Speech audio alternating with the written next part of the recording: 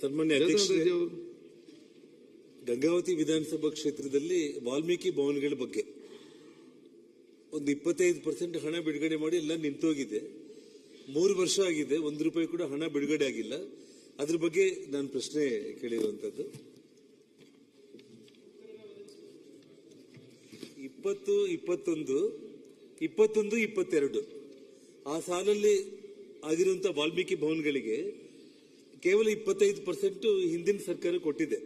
ಅಷ್ಟಕ್ಕೆ ಕನ್ಸ್ಟ್ರಕ್ಷನ್ ಮುಗಿದಿದೆ. ಈ ಸರ್ಕಾರ ಬಂದ ಮೇಲೆ 3 ವರ್ಷ ಆಗಿದೆ, ₹1 ಕೂಡ ಹಣ ಬಿಡುಗಡೆ ಮಾಡಿಲ್ಲ. ತಾವು ಉತ್ತರ ಕೊಟ್ಟಿರೋದ್ರಲ್ಲಿ ಎಷ್ಟು ಹಗುರವಾಗಿದೆ ಅಂತಂದ್ರೆ, ಸದರಿ ವಿಧಾನಸಭಾ ಕ್ಷೇತ್ರದಲ್ಲಿ ವಾಲ್ಮೀಕಿ ಸಮುದಾಯ ಭವನ ಮಂಜೂರಾತಿ ಕೋರಿ ಜಿಲ್ಲಾ ಮಟ್ಟದ ಅಧಿಕಾರಿಗಳಿಂದ ಪ್ರಸ್ತಾವನೆ ಸ್ವೀಕೃತವಾದಲ್ಲಿ ಅನುದಾನದ ಲಭ್ಯತೆಗೆ ಅನುಗುಣವಾಗಿ ಪರಿಶೀಲಿಸಲಾಗುವುದು ಅಂತ ಹೇಳ್ತಾ ಇದ್ದಾರೆ. ಈಗಾಗಲೇ ಸ್ಯಾಂಕ್ಷನ್ ಆಗಿದೆ, 25% ಹಣ ಬಿಡುಗಡೆ ಆಗಿದೆ. ಇನ್ನ 75% ಹಣ ಬಿಡುಗಡೆ ಆಗೋದಕ್ಕೆ 3 ವರ್ಷ ಸಮಯ ಆಗಿದೆ. ವಾಲ್ಮೀಕಿ ಹಗರಣ ಆಗಿರಬಹುದು, ಸನ್ಮಾನ್ಯ ಮುಖ್ಯಮಂತ್ರಿಗಳು ಆ ಹಗರಣದ ಹಣ ಕೂಡ ರಿಕವರಿ ಮಾಡಿದೀವಿ ಅಂತ ಹೇಳಿ ಸದನದಲ್ಲಿ ಹೇಳಿದಾರಲ್ಲ. ಹಾಗಿದ್ದಾಗ ಇದಕ್ಕೆ ಕೇವಲ 2 ಕೋಟಿ ಅಮೌಂಟ್ 10 ವಾಲ್ಮೀಕಿ ಭವನಗಳಿಗೆ 3 ವರ್ಷ ಆಗಿದೆ. ಸಚಿವರೇ, ಇದುವರೆಗೂ ಕೂಡ ₹1 ಕೂಡ ಹಣ ಬಿಡುಗಡೆ ಆಗಿಲ್ಲ.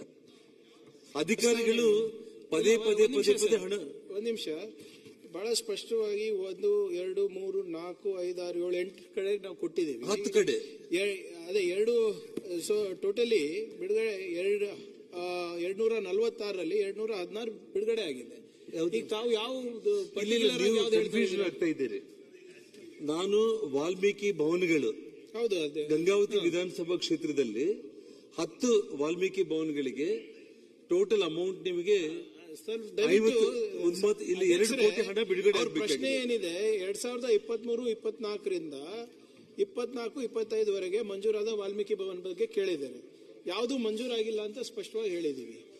ಆದ್ರೆ ಏನಾದ್ರು ಪ್ರಸ್ತಾವನೆಗಳು ಬಂದ್ರೆ ನಾವು ಪರಿಶೀಲನೆ ಮಾಡ್ತೀವಿ ಅಂತ. ಮತ್ತೆ ಯಾವ್ದು ಇಲ್ಲಿ ಕಳೆದ 10 ವರ್ಷದಲ್ಲಿ ಯಾವ್ದು ಕೊಟ್ಟಿದೀವಿ ಅಂತಾನು ಕೂಡ ಹೇಳಿದೀವಿ.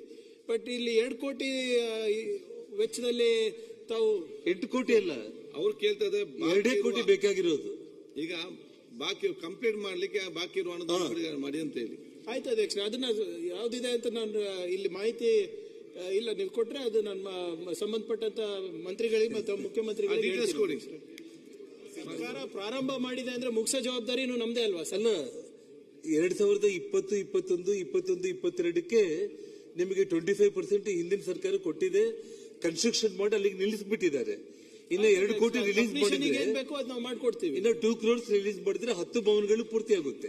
Done sir. ಅದೇನ್ ಯಾವ್ದು ಅರ್ಧಕ್ಕೆ ನಿಂತಿವೆ ಅದು ಮಾಡ್ಕೊಡೋದಿಲ್ಲ. ಒಂದು ಟೈಮ್ ಬೌಂಡ್ ಆದ್ರೂ ಹೇಳ್ಬೇಡಿ, 3 ವರ್ಷ ಆಗಿದೆ.